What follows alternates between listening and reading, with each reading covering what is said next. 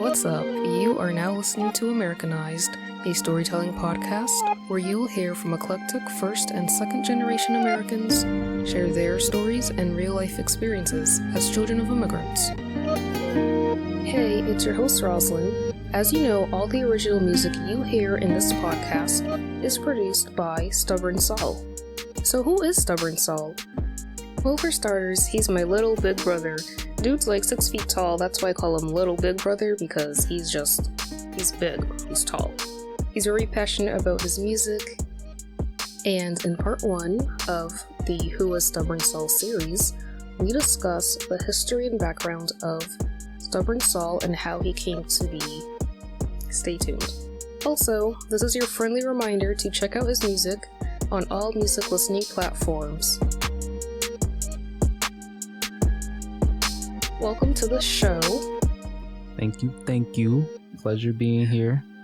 Americanized. You were featured in the Growing Up with African Parents episode back in the day, a few years ago.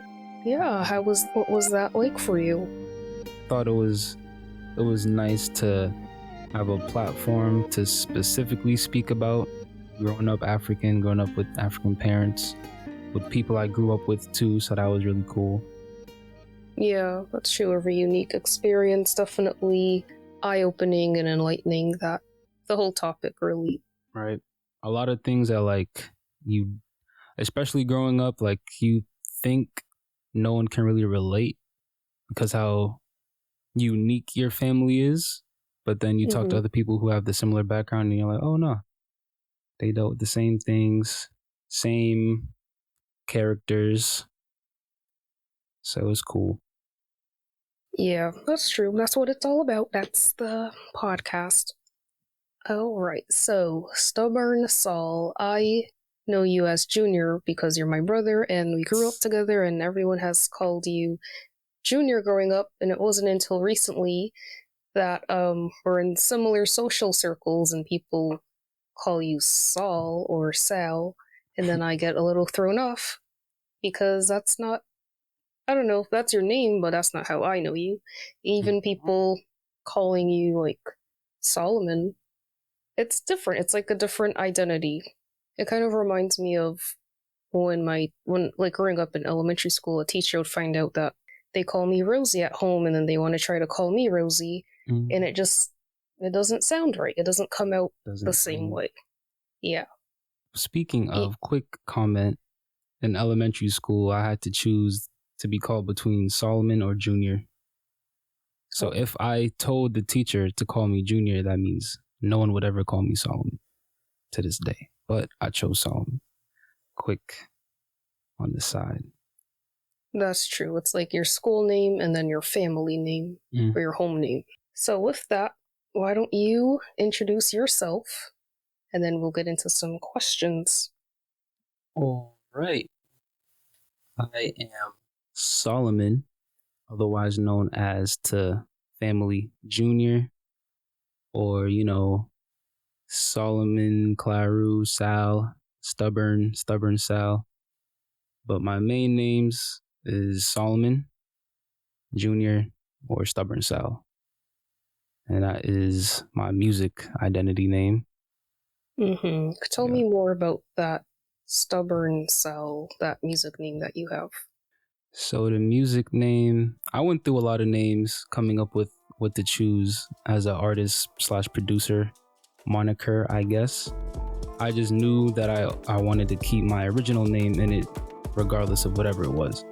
Whether it's like initials, whether it's like, I don't know. I just want to be able to, when you see it, I can say, oh, and that part is from my real name, so I don't get too lost in the sauce. So Sal, short for Solomon. Stbrn represents my character, but I made it short, Stbrn, so it's not like too long of a name, Yeah, that's true. Stbrn, I guess I don't know if I would describe you that way, but why do you see yourself as Stbrn, or why did you add that to your name? Well, the story behind that name. Oh, I didn't know there was a story. There's high key a story. It was high school. when I was really getting into the music, I was really being like an engineer and producer for my high school. Basically, everyone I wanted to go get into music came to me, but I had a solid group of people, and we kind of wanted to be a rap group. And we're like, oh, we got to come up with a rap name. Like, you have the Wu-Tang Clan, you got YBG, you got ASAP, you got all these crazy groups of artists that got that one little name or initials or abbreviation before their name. So we're like, all right, we got to come up with something. And I was like, okay, let me see what describes us the most. So I was thinking of what described us as a group, but also what described me. And in high school, of course, we're young. We don't care too much about what we don't want, kind of thing, and very hyper focused on what we want.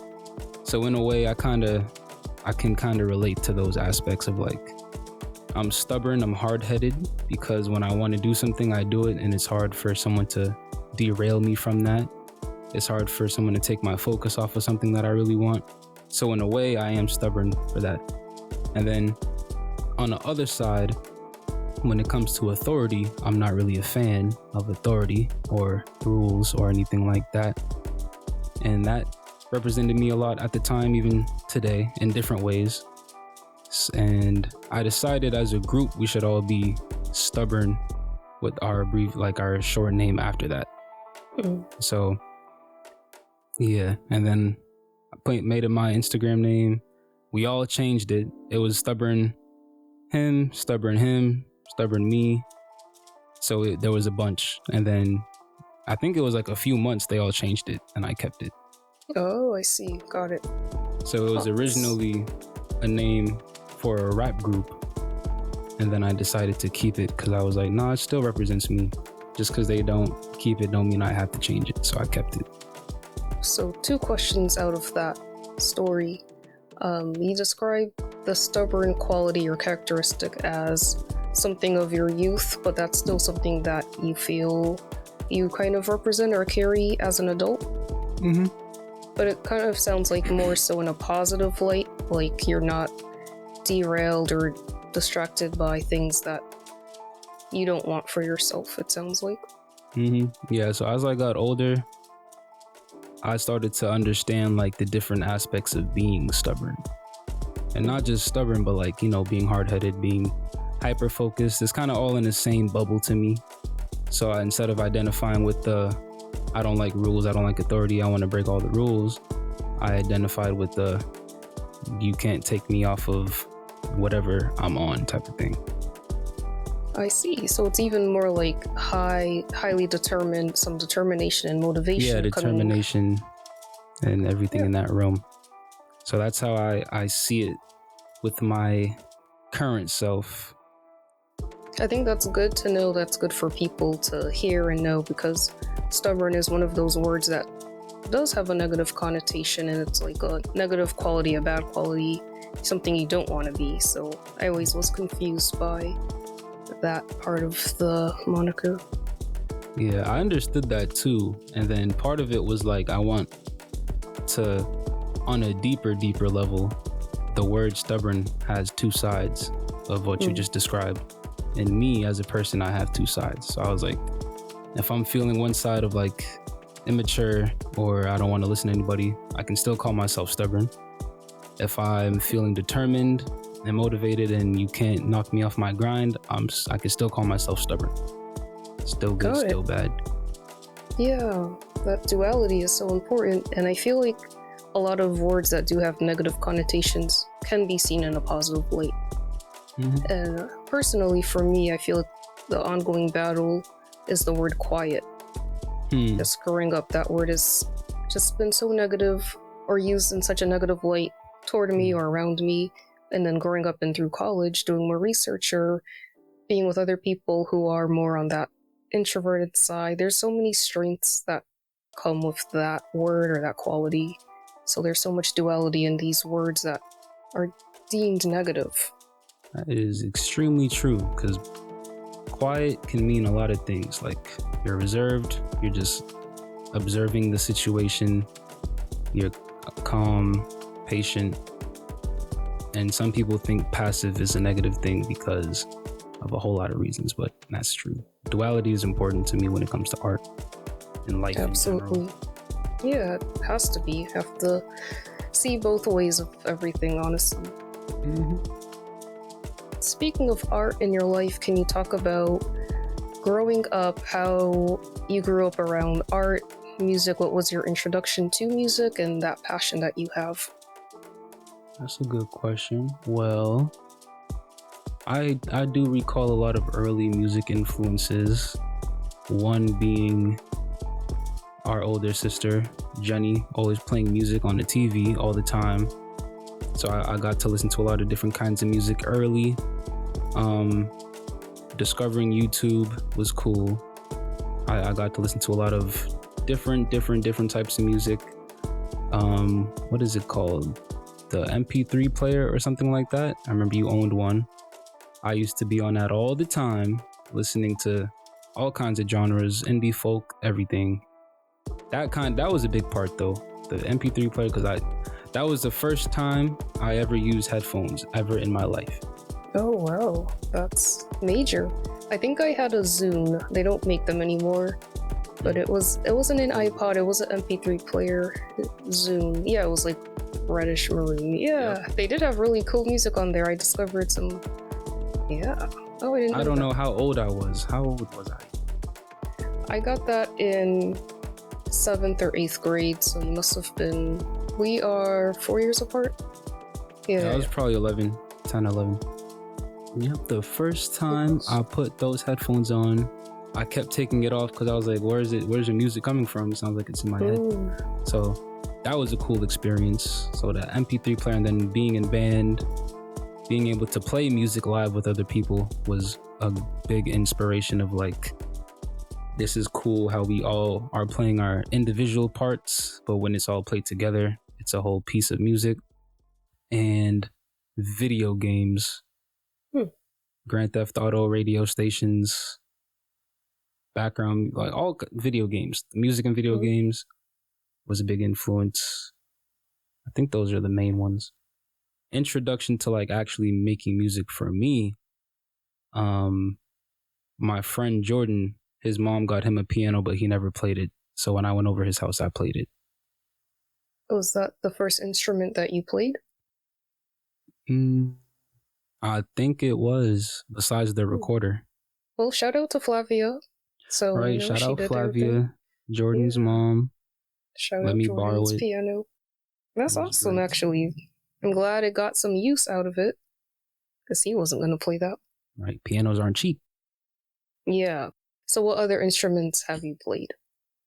So, dabbling with the piano, I got like a 8-key piano. I like 7, probably very, very, very, very young. Pops got me that. Got me a guitar, also very, very, very young, an acoustic guitar. I didn't know how to play it, but I was still like strumming it whenever. Felt like I was nice.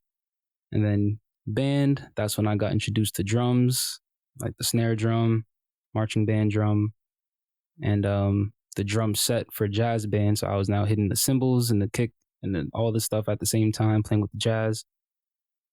And yeah, so guitar, drums, and piano is what I really be playing. But in band, I was playing like the xylophone and the vibraphone and stuff like that. So like a wide range of exposure to strings, percussion, jazz, different genres too. You're just really in it kind of from the start. Basically. And I just love how art has such a like pull on people, and like I don't know if it's ever really describable why you feel so passionate about it, or what is it about music that you're just so attached to. You're asking me? I don't know. I'm just throwing it out there. I don't know if it's a solid question. Maybe it's rhetorical. I mean, I've thought that before of like, because I'm into other things. I'm into architecture. I'm into science, literature. But with music, it does have a pull. And I think for most people too, even as consumers, like music does a lot for people. And I wonder. But scientifically, if you look into it, sound waves and frequencies, how they affect the mind and stuff like that Yeah, scientifically. But emotionally and spiritually, it's a little bit more intangible, unexplainable. that is true. It's so deeply rooted in stuff that we can't see, things we don't know about. There's so much, like you said, emotions attached to it, memories, emotions, and like just the art of creating. I guess there's a fire in that. Because it's like, well, with sound or music in general, sound. I've had a conversation with my friend about this. I was like, sound has always existed. There was probably never a time without sound other than before God made anything. But when He did, sound was there. And then you have people who can take sound and make music out of it to be enjoyed. So just the bare roots of the concept itself is really, really deep. For sure. And powerful if you think about how, with sound, once you put it out there, you really can't take it back. That's a fact. It's crazy. I want to go back to your point about video games. I think that's super interesting because I wonder if people like think about the music in their video games or if they're just like playing it. Because I've seen you play video games before and GTA, and it's mostly you just driving around. You're not really. I mean, you do the missions, but it's more like you're driving around. You're going through the radio stations, driving, listening to the music, going to the beach. I don't know. Yeah, tell me more about that. Yeah, that game specifically, I would call that a lifestyle game. That's more of a lifestyle game. I change my clothes, get some new clothes, get a new car, drive around. But yeah, the thing is with Lifestyle game like Sims or like Sims. oh, okay. You can kill people and you can do a lot of stuff, but that's probably optional, unless you do the missions. But early on, I got GTA San Andreas, for those who know that legendary game. I got that first. I was probably like 9. No, I don't know. I might have been 11. Pretty 12. young, yeah. I was 11 or 12. Okay, that's better. Kind of better. I was probably 11 or 12. So I was playing that. That was one of the first games I got like that game, where I can like listen to music in the game and still play the game. So I would just be chilling and like certain songs would come on. I didn't have like a phone or nothing back then, so I couldn't type it in and search it to play it later. So I would just have to listen to it when it came on again, which was exciting because it's like, oh, what song am I going to hear now? Or like, and then you attach certain songs to certain places in the game, certain memories in time. So it had a big influence. And Guitar Hero, that's actually what changed the game. I completely forgot about that game. That game was literally a music game.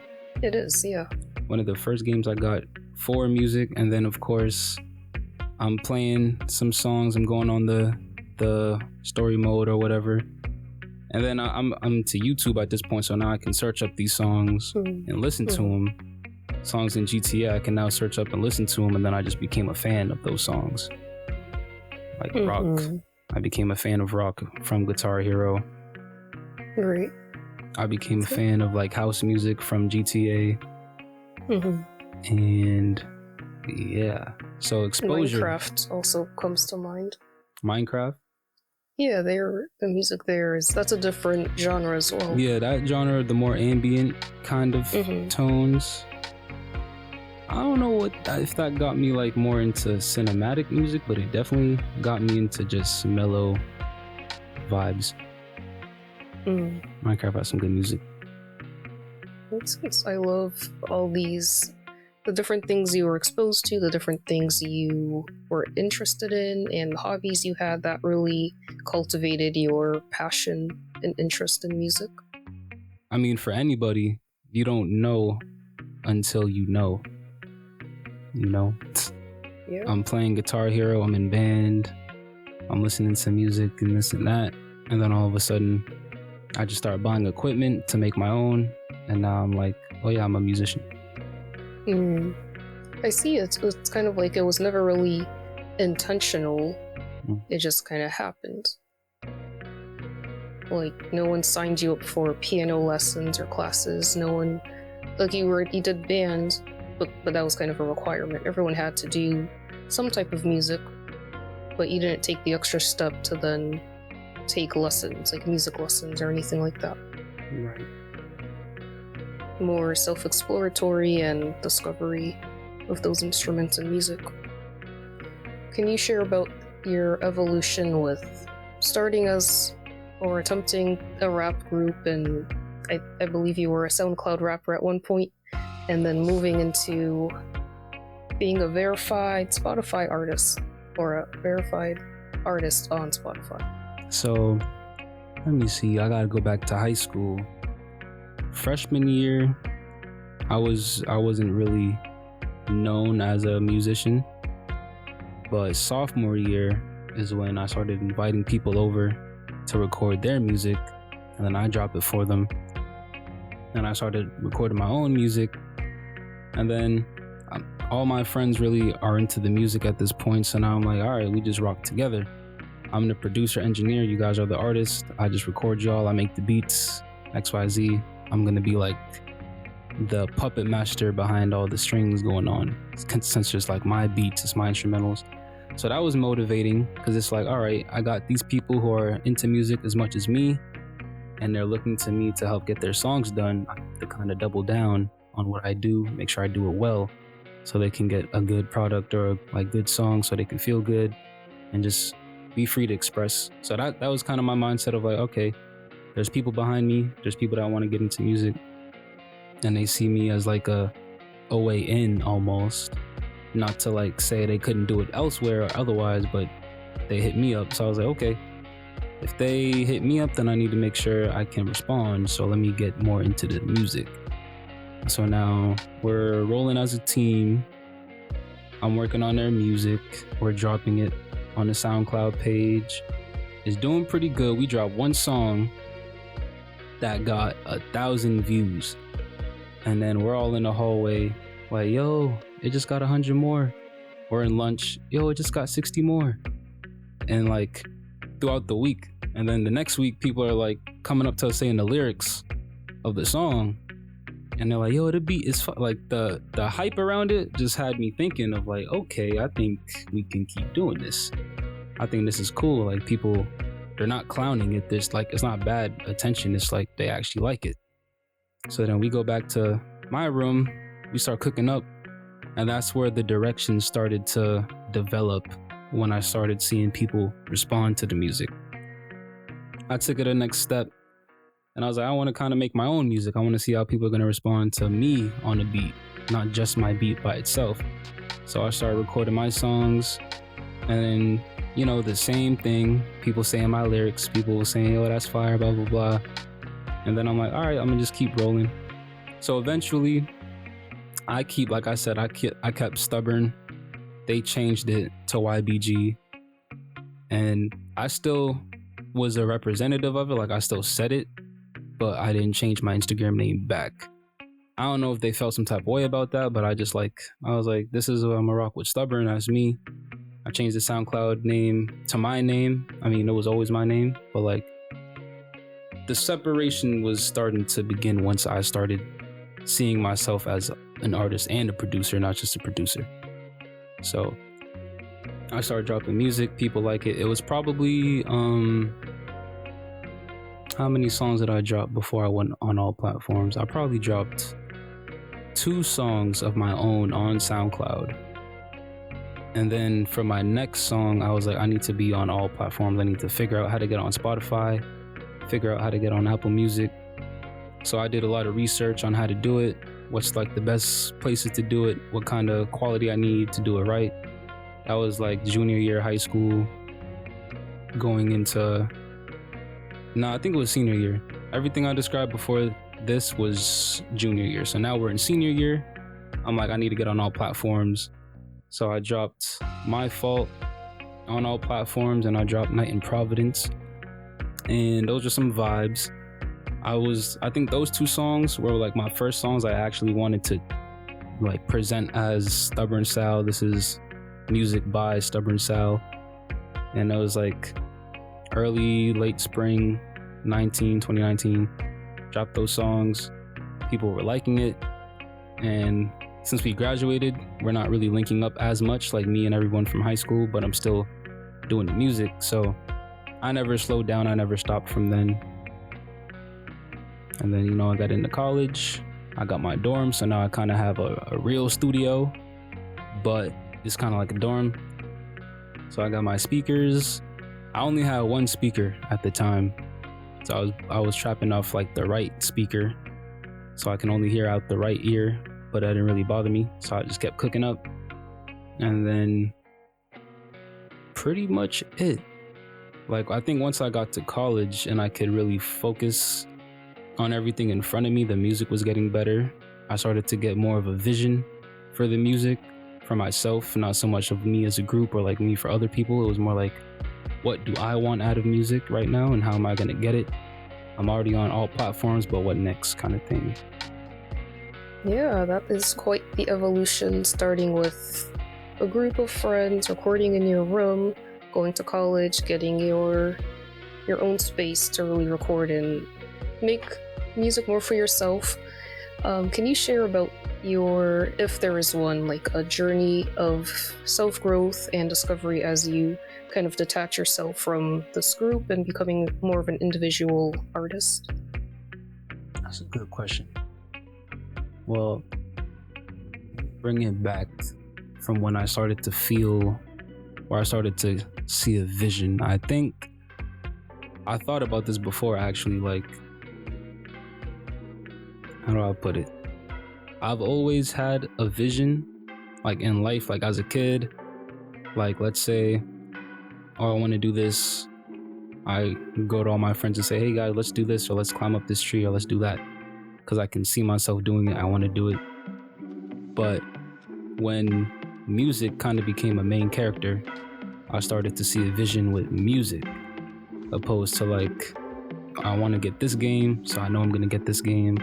Or I want to talk to that girl, I'm going to make sure I got my cologne and do it. Like, everything I try to do is like mission focused, mission based. So then when I started to see that applied to the music, that's when I started to see the evolution and growth too. Because then I'm seeking for purpose within music. So if I'm looking for a purpose within my music, that means overall I'm thinking about purpose as a young kid, a young adult. So naturally, I'm just gonna evolve in all different types of ways. But with the music, since I was putting out songs that represent me and what I do or what I want to do, I had to kind of look at certain things with a magnifying glass of like, how do I want to affect people? If that makes sense. Like, how am I going to affect people with these songs? That was like the first part. That makes a lot of sense. Was there a second part you wanted to talk about? Oh, so after that, I was like, all right, so how do I want to affect people? At first, it was like, I just want people to just get lit, just turn up, just enjoy the music for what it is. I didn't really think too much about it. I just knew I had to, at some point, I need to determine the purpose for the music. But let's say, yeah, it was around freshman year of high school. That's when I was getting ready to drop my first mixtape. So working on that mixtape, that was like where a lot of my vision and purpose came to the forefront of like, all right, I'm making a mixtape. It's not just one song. It's not a group song. It's just me for 7 tracks, just talking. So what am I gonna like, how am I gonna approach this? Actually the writing process, I think writing lyrics, that's what made me also evolve, because I came from dropping some songs that were cool to now I'm making a mixtape. It needs to be consistent and concise. So now I got to pay attention to the lyrics. What am I talking about? Why am I talking about this? Or what situation can I talk about? So kind of looking at my life artistically and not so much subjectively. help me kind of be the third person sometimes. It's kind of weird. It's like a situation can happen good or bad, and I can take it for what it is, but I can also see for what it could be in art. So that kind of allowed me to not be attached so much to especially negative things. So that was that in the grant, like long term looking back, that was what was happening. I didn't know at the time, but looking back, I'm like, oh, that's pretty a good thing, a good positive outcome with this music is being able to detach myself from something, look at it from objective standpoint, see how it makes me feel, number one, because I look at how things make me feel so I can either write about it or not. But the process of looking how it makes me feel helps me understand what affects me and why it does, kind of thing. So that was like the second part of it. And with those skills, moving into 2020, where life got crazy, I now had the skills to analyze. That's pretty much it, just to analyze. Trying to make music with a reason, with a purpose, help me analyze. Being locked in for that long, but also being locked in with my equipment, then it's kind of like, all right, I'm on a different level. So 2020, you can ask my friend Casper. He knows I was making music every day, probably for 7 hours every day all year that year, because there was nothing else to do. Even in school was online, but I was still on campus, which was lit. So I think that year I really got to meet myself as an artist. All the other years prior to that, I got to see myself like as a musician, producer, like I do this, I make music. But 2020, I was like, oh, I have skills to be an artist because of how I take and pull from things. And I understood my approach a little bit better. That's a lot. That's in depth. A lot of stuff. It sounds like 2020 was definitely a turning point year for you as a person, as an artist. For a lot of people, really. 100%, yeah. Yeah, so it sounds like you're saying you take situations, or you're talking about situations in life that happen, whether they're positive and negative, and use that as an opportunity for your music, or was it situations with your music? Kind of both. But for what I said, mainly the first one, like situations in life, I look at them, see how I can apply it to my music, which in turn made me not take life so seriously in a way of like, all right, this person cut me off, but that's okay. I'm just gonna make a song.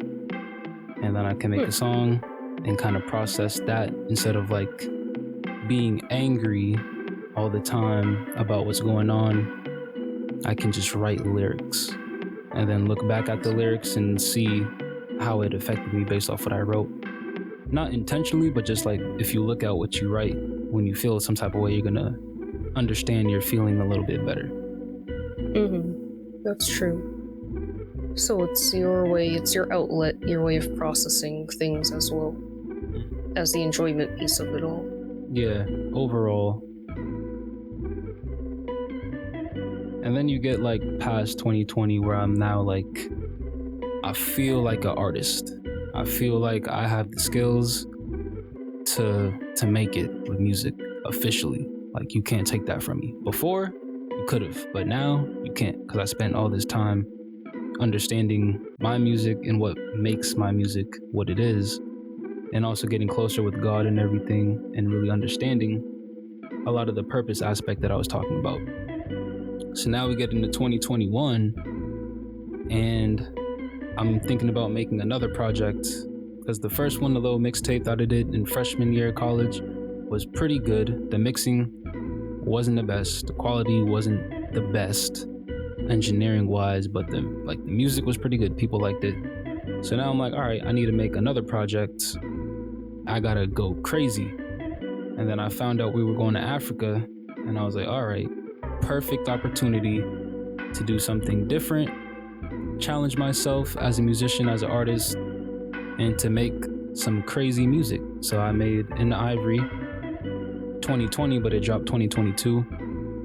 I made it 2021, dropped 2022. We went summer of 21, and yeah, I was working on some of the beats before we went, and then I went there, I cooked some beats there, finished it up when we got back, and that was one of my most focused things I think I've done ever in my life. Like, very, very, very focused. And why do you think that is? Why was that so significant for you?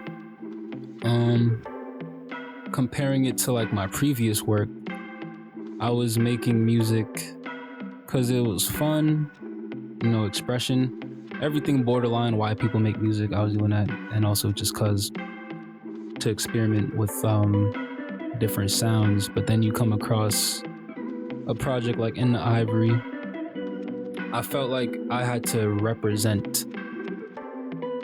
So if I know I'm gonna represent, I have to go crazy. So I was like, and on top of that, I'm going to Africa for like the first time again, and since I was a kid, so everything's gonna be different, but it's also gonna be like just a great experience in general. So I was gonna make a project regardless with influences from that trip, but I decided to make a project about that trip so I can just be fully in it. And people say I did that successfully. I think I did. I made some music that made people cry, even myself being one of them. So looking back, I'm like, I think my mission was complete, even though like it didn't blow up, it didn't get 1 million views or anything like that. But the music, which was the focus to begin with, did what it was supposed to do.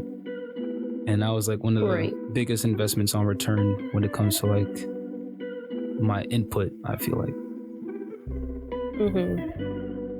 How people receive it rather than what the numbers are. And I will say In the Ivory is definitely one of my more, I'd say, personal favorites, just because I was with you on that trip. Not that I feel like a part of it, and not like in a selfish way, I just like the sound and the message as well. I feel like that's something more relatable, like the message of family and love and just the nuances of that project. But yeah, I like how you said that, because like you said, like why was the project so impactful to me? Because of that reason. You being my sister, being like, you kind of know Ivory Coast, you know the culture, we know Afrobeat music, and I'm calling it In the Ivory because we're back in Ivory Coast. And a lot of people haven't been there. They don't know that I'm from there. They don't know our ethnicity. They don't know anything about that.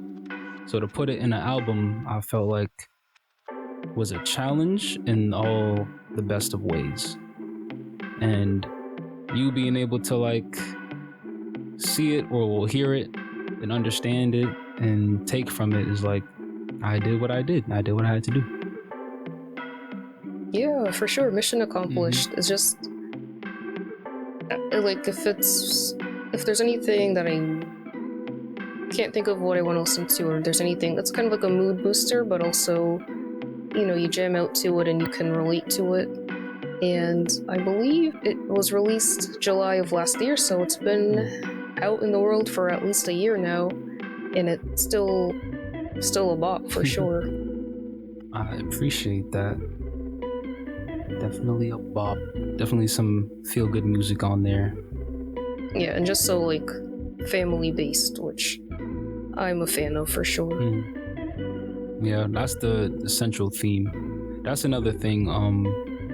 Working on the project made me evolve my approach to music. So I'm like, I knew I wanted more than 7 songs, but then I'm like, what's like the first one? What am I talking about? How do I want people to feel? Those questions, I asked them, but they were deeper this time compared to the first one. Not only because I had to represent our family's culture and represent the sounds of West Africa, but I want people to walk away with something, not just to see, oh, that's cool, he's African, he made Afrobeat tape, oh, that's cool, he values his family and his culture, but they had to kind of walk away with something. And a lot of people did. Like, when I tell you the reception on that project was crazy. People DMing me that I don't know them at all.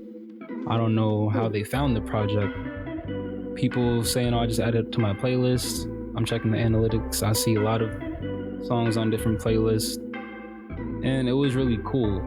And then... Yeah, that's amazing. Yeah, then people talking to me about their culture when they see me at the studio, or like they just see me out in general now. They're like, oh, I didn't know this and that. I'm part this, or... And it kind of just opened a different door that I didn't expect to open.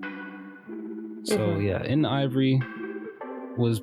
Yeah, it's one of my most focused ones because, like I said, the family aspect, cultural aspect, and that I know a lot of people listen to Afro beats, but they would have never expected me to drop a project like surrounding Afro beats. Oh yeah, so yeah, In the Ivory it's super personal and unique, and as personal as it is, it did reach people in different ways, which is really amazing.